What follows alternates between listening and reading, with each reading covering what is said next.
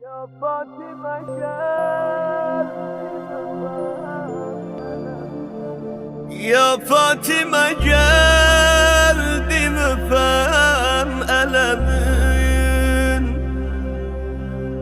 Kalbimdedir gizlin olan heremin. Vuzu alıp dergahıma gelirim.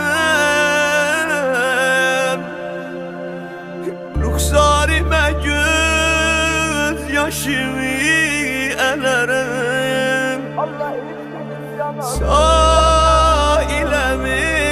ile kerem, ey viren alemeden.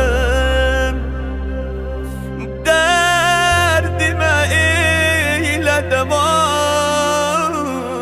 sevdilu bağlayalam.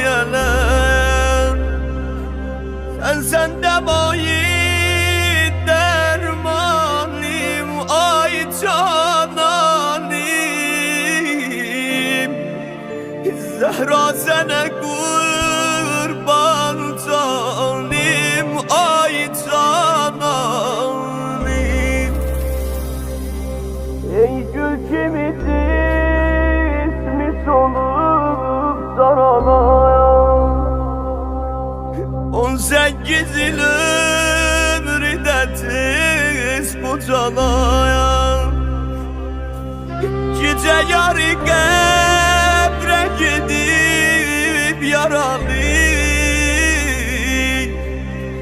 İstəyli Zeynep'den olup aralı. Allah hiçbir kız yanasız ilemez. Hiçbir evi anasız eleme. Fatıma'nın cenazesi kalbimin beraberinde. Balalar özlerini öldürdüler anaya. Geçme ana, geçme ana, geçme ana. Geldi dayandı cenazenin baş tarafında. Üzüm koydu Fatıma'nın üzüne. Anaya, anaya, durey behari kuli Yasemen'i.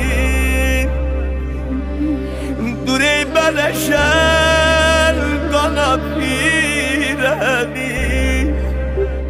Kepen yaraşmır ana gametime.